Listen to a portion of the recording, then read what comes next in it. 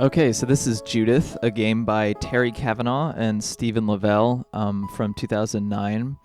A lot of people wrote about this game at the time as being sort of an example of an interesting art game, but it hasn't gotten a lot of attention since then. It's been several years since it came out. 6 years ago. And I even saw Terry at GDC, and I told him that I mentioned Judith in my GDC talk briefly, and he was almost embarrassed by it. But I think, first of all, the interesting thing, I like that this is presented in sort of a Wolfenstein 3D Raycaster-ish engine, because it gives a sort of sense of claustrophobia, which is very important to the narrative.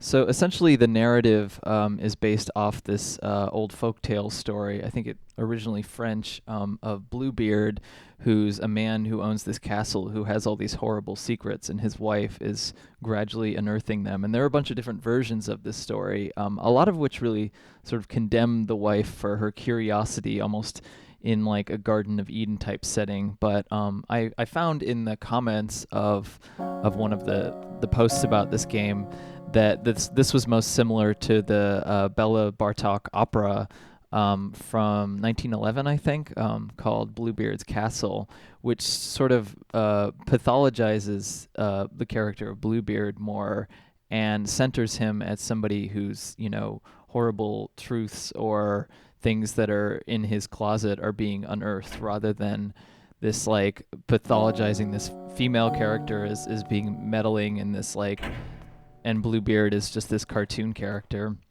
But it begins, you're this guy named Jeff, which I am right now, and you're having some sort of tryst with Emily, who's your partner, but you're married to different people, and you've sort of rented out this castle, and then all of a sudden when you enter, she's gone, and you can't find her anywhere. So you're searching in the old rooms of this castle, which it's very funny to me that everything in this castle would remain the same if it's been abandoned for years and years, like Jeff says. But anyway, right after this, the story goes into the Bluebeard story, and it goes back and forth between you controlling Jeff and you controlling Judith in the past.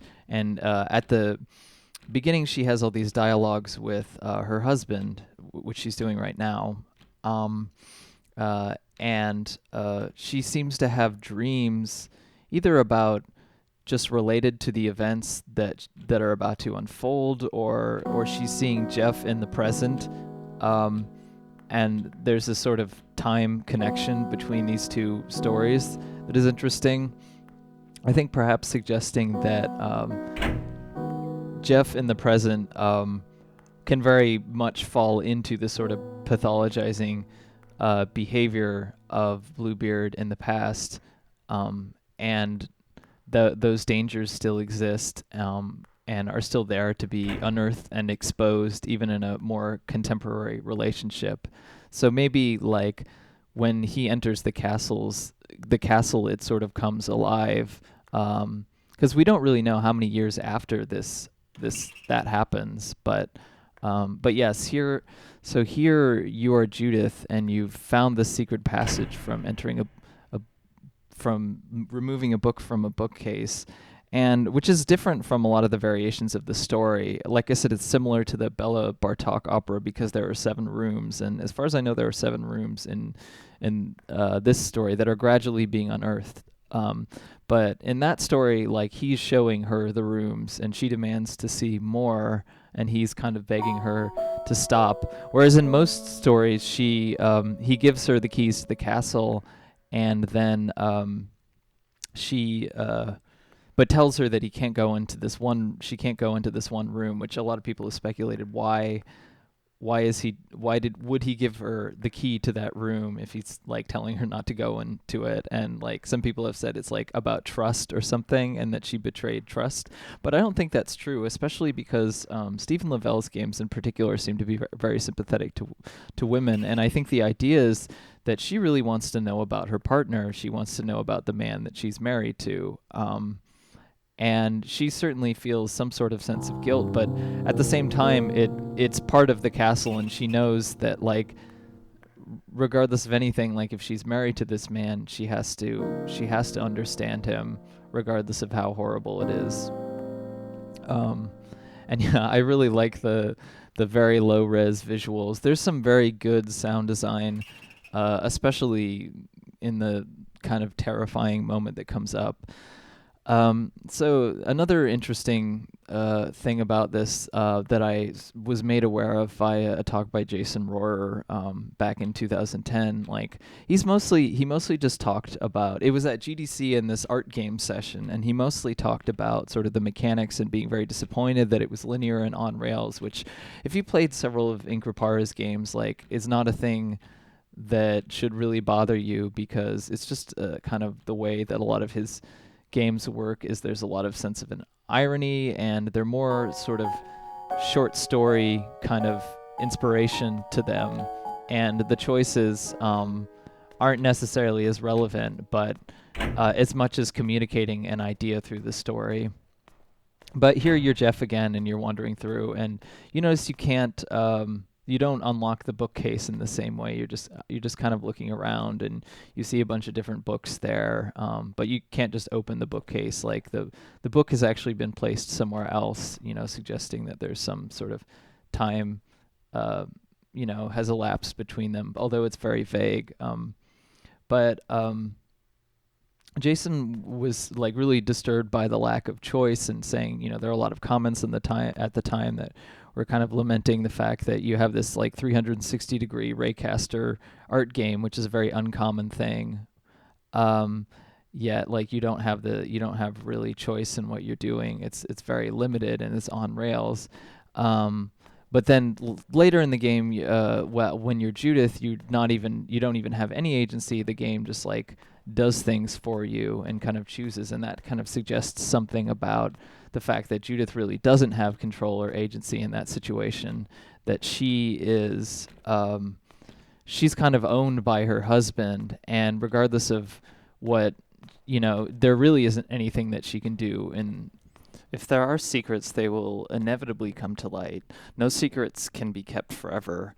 And I think that was a flaw of the old Bluebeard story, the way that it assumes that secret must be kept out of a bastardized notion of trust, that one must have faith and be kept in the dark from one another. A lot of Increpare's games really serve the function of destroying that notion, because the dark always makes itself known in one way or another. So the necklace is Jeff's connection to Judith. Jeff finds the necklace as sort of a reminder of something that is kept throughout time, and Judith sees that in the past as if like she's some kind of oracle. And I think this is because she can see the sort of pathologies in the two characters, and sort of what connects her husband to Jeff, their fears, or like, things that they have in their closet. So we start hearing this horrible sound here, and I find it funny that she doesn't remark upon that. Maybe she doesn't want to, or maybe it's like a kind of abstracted thing where, like, we're hearing it, but maybe she's not hearing it. But it's funny because she remarks upon hearing that sound when she comes up to the door for the first time. And now she's just wondering what was back there. And we didn't hear any sound the first time, but now we hear a sound, and now that door is open.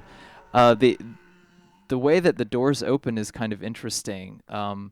Perhaps her husband, it's like suggested that he knows what she's doing and is opening them for her, but it also could just be a sort of metaphor for the way that the narrative is being unlocked. So this is kind of terrifying. Just through the sound and very abstract, like pixel imagery, we see sort of the suffering of this character. This is one of the most horrifying voices like I've ever heard.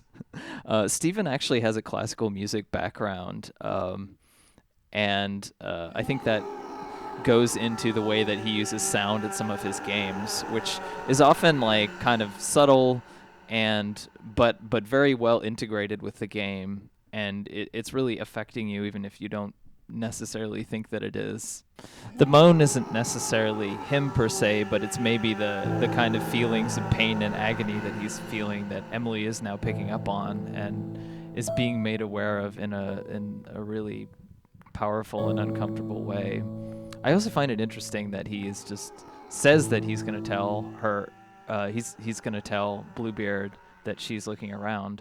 By the way, Bluebeard is never named in this story, in this game, which I think is trying to, draw it away from just being a sort of fairy tale story into something that is more contemporary, or at least can be read in a more ambiguous way, rather than, needing your like familiarity with that kind of story.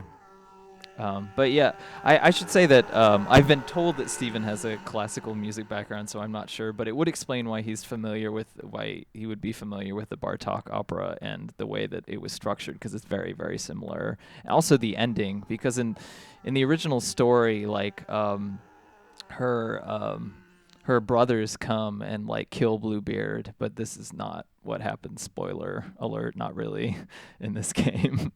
uh, But yeah, I do find it interesting that like the doors are being opened in some sort of order, and in the opera supposedly he's guiding her through the doors and opening it, and sort of begging her to not want to keep looking, but she wants to keep looking because she wants to know, and she's accusing him of murder and all this other stuff. But why would it make sense in this structure that the doors are opened, and why would she not suspect, especially when the second door is open when it wasn't before, that her husband must be revealing this to her? I know if I did something, I would first of all be much more meticulous about covering it up. Like, she doesn't seem to close the doors behind her. Oh, and in the present, when Jeff's looking, this blood is still here, which I don't know why it would still be there if it was years and years afterwards, but maybe he's seeing this kind of thing into the past, like as if it's like the blood in the elevator of The Shining or something, this representation of something that happened. He's having a window into something that happened a long time ago. But and Bluebeard, when he talks to Judith, seems to want this very kind of just like everything's okay attitude towards things, and that's like he wants this kind of sense of stability or whatever, and her not to unearth all these things about him. Sorry, but I find it interesting. Yeah, she doesn't close the doors to the rooms, and maybe at this point is when Bluebeard is opening the door to the rooms. I don't know, like.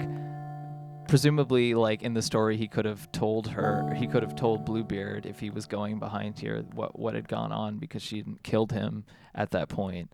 But I find it funny that she can't close the door to the rooms, because that's one thing that would really bother me. I played a lot of stealth games, and I'd be very meticulous about covering my tracks. But it's almost like she doesn't close the door because she can't, not because she's not like conscious of it, but she's kind of being guided in that way. And gradually, as the game goes on, is something that Jason Rohrer remarked. Oh god, that sound is terrifying. You can tell that it's like probably just somebody making a weird vocal sound and a bunch of reverb, but the fact that the level is so much higher and it's more of a kind of a constant sound than anything else in the game really,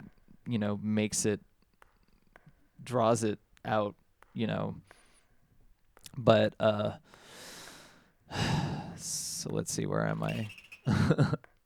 It's almost like he's more afraid of her. Bluebeard is more afraid of Judith than she is of him, even though he's the one who done all the stuff, because it's like these things being acknowledged is almost more terrible than them actually being done.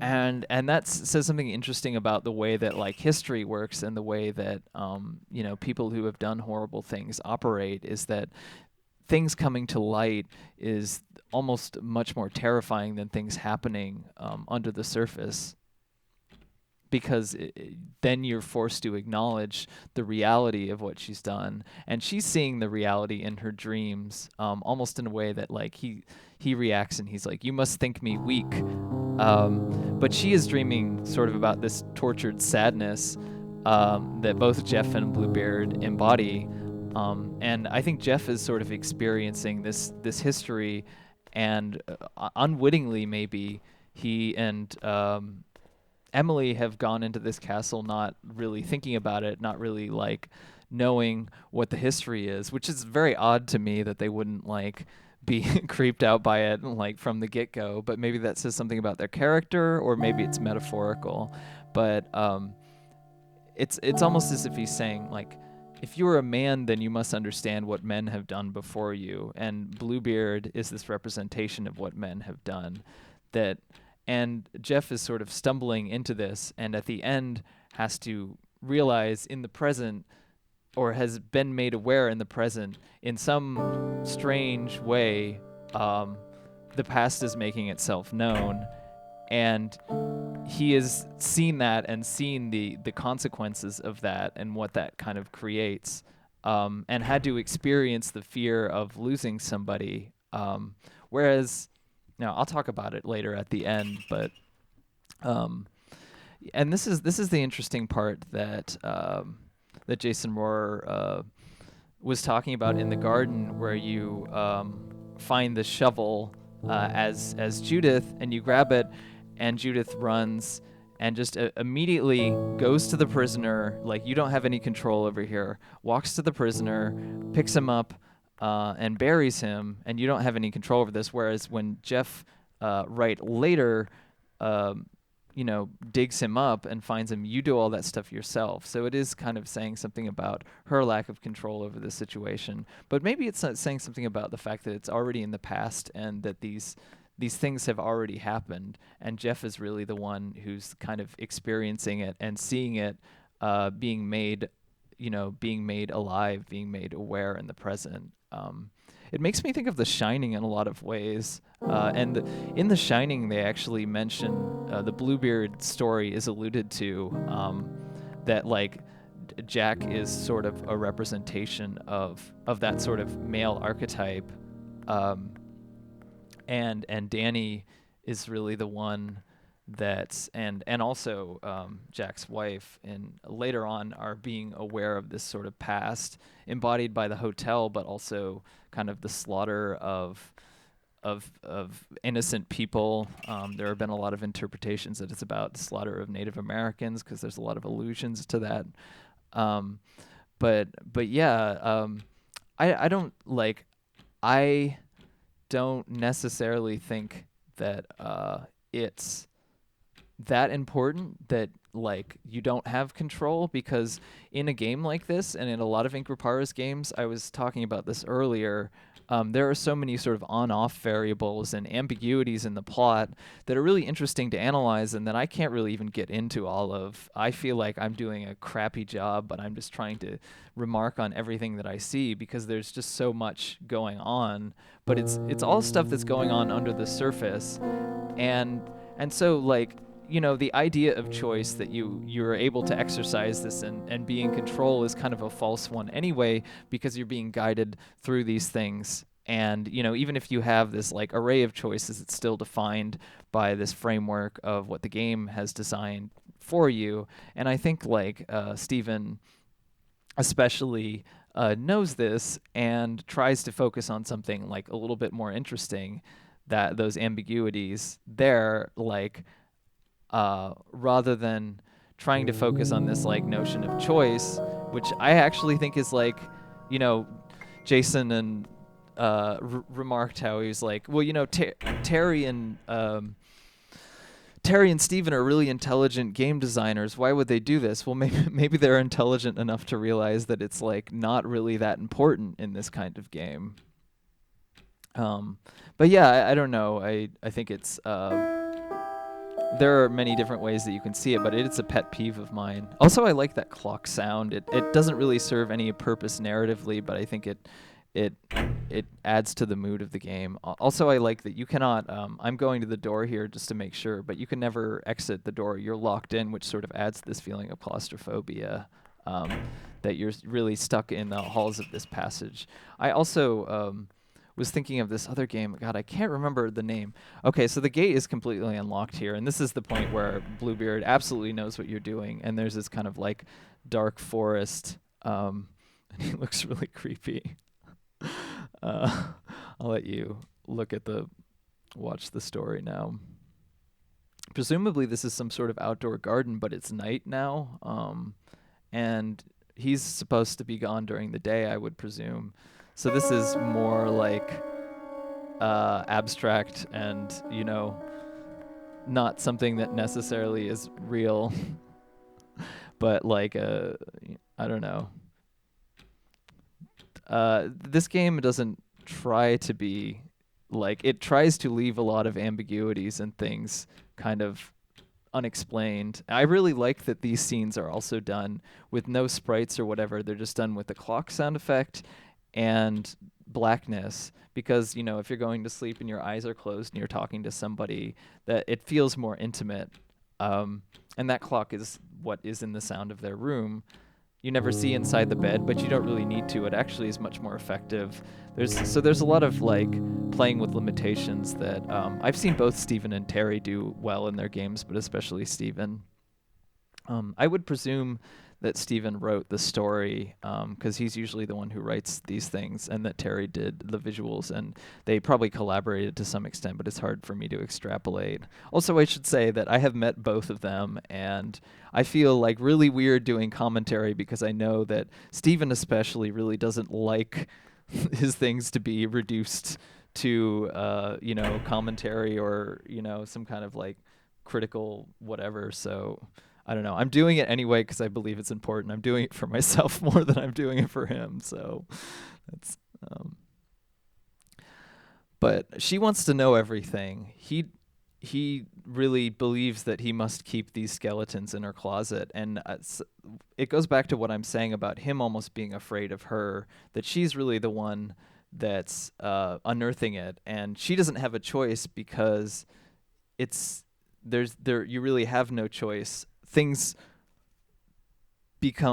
are made, things come to light regardless of whether you want them to come to light. So this is the last room where he shows you what he's done with all of his other wives, and in the opera, they're all there and they're still alive, and that she joins them here, and he just like goes off into the darkness alone again. Here, it's just a dark room, and he closes it. It's completely ambiguous. You have no idea exactly what happens.